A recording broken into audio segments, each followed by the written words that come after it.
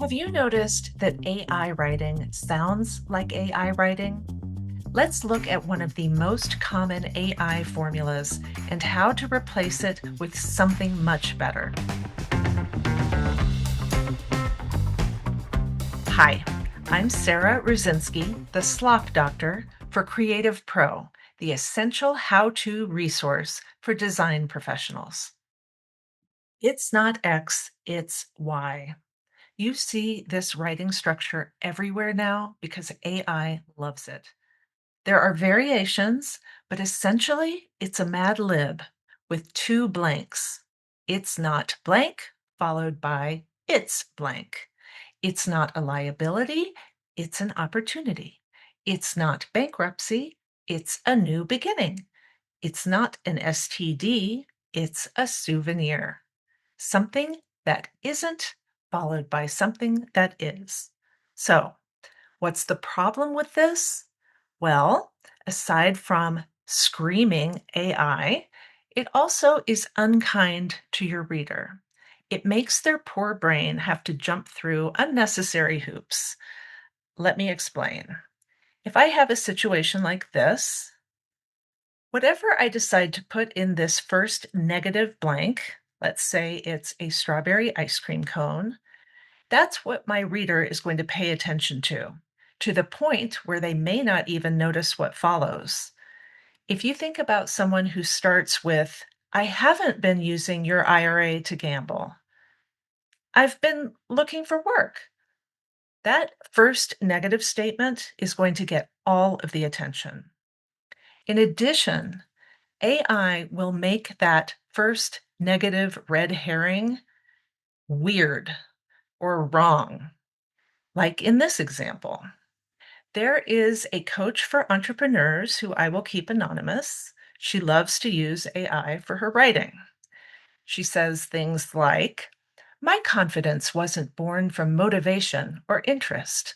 It's built through consistent action. We didn't build our businesses to become slaves to them. We did it to create lives we actually love living. Here's what wasn't. Here's what is. Here's what we didn't do. Here's what we did. She uses this structure for something she calls Sunday reset days. Sunday reset days aren't lazy, they're strategic. Taking time to reset isn't about doing nothing, it's about setting yourself up to win the week ahead. So we know that these days, whatever they are not lazy and they're not about doing nothing. She really wants you to know that these days are not slothful. But I still don't know what they are based on this. It's hard to tell. There are a lot of emojis and a lot of words, but it took me a while to read this description to realize that Sunday reset days are basically tasks. Review your finances, empty your inbox, update your project management system, prepare for the week's meetings. If we think about it and don't use AI, we can see that there is an overarching benefit to doing all of these things. I would call it an umbrella, a conceptual umbrella. Prepare on Sunday to have a better week. Well, that's a good thing, right? So I would rethink Sunday reset days. For one thing, Sunday is a day, so we don't need that word. Maybe it's Sunday reset, but I don't think it's really about resetting. I think it's about getting your ducks in a row.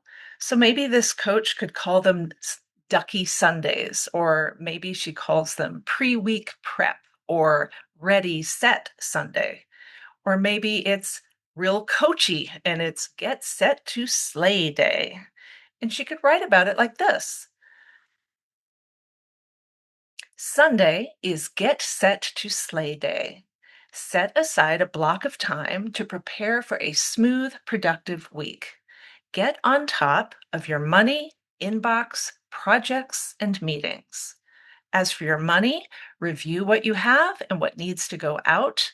Your inbox, empty it completely. Be merciless. projects, update tasks in your project management system, and then prepare for everything on your calendar. If we revisit what AI thought we should focus on, which is that these days aren't lazy and that they aren't about doing nothing, we can see that that was just a huge distraction and irrelevant.